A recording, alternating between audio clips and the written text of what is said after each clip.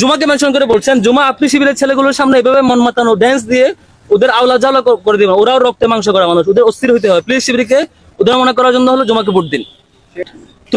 তুমি হিজাববিহীন জান্নাতি, তাই তুমি এদের জন্য এখন হালাল। এটা আমাদের নারী প্রার্থীকে উল্লেখ করে তিনি মেনশন করছেন।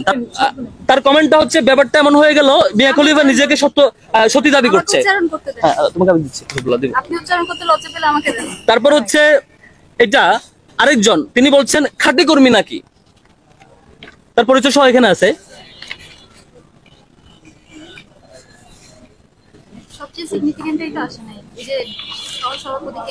তারপর হচ্ছে যে কেন্দ্রীয় সহসভাপতি যিনি বর্তমান দায়িত্বে আছেন, তিনি হচ্ছে হাসান আল আরিফ।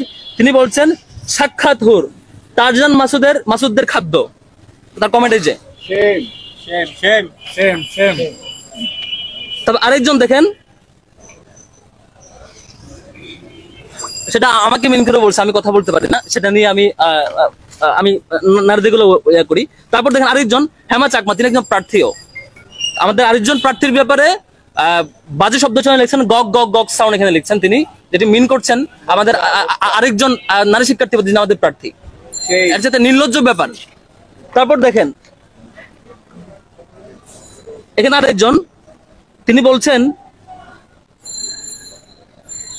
আপু এরা আচ্ছা তুমি হিজাববিহীন জান্নাতি, তাই তুমি এদের জন্য এখন হালাল।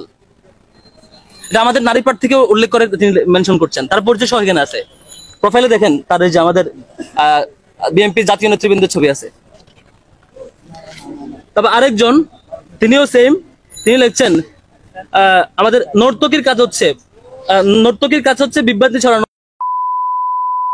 দিনে কাটবেন না রাতে, মানে কমেন্ট করছে তিনি, তার ছবি সহ এখানে আছে, তিনিও সেই দলের নেতা। তারপর আসেন আরেকজন মানসুর আলম, আজকে অনেক ভালো ভালো বক্তৃতা দিয়েছেন, যিনি আজকে ছাত্র দলের নেত্রী। আজকে সেই ইস্যু করে খুব গরম গরম বক্তৃতা দিয়েছেন। তাদের এই যে 30টা কেস, ধর্ষণের কেস, 44টা যেগুলো সেগুলো ভুলে গেছেন। তিনি মন্তব্য করছেন আমাদের ছাত্রী বোনদের নিয়ে, সেবাদাসী পুষ্কার গাল কমেন্ট করছেন।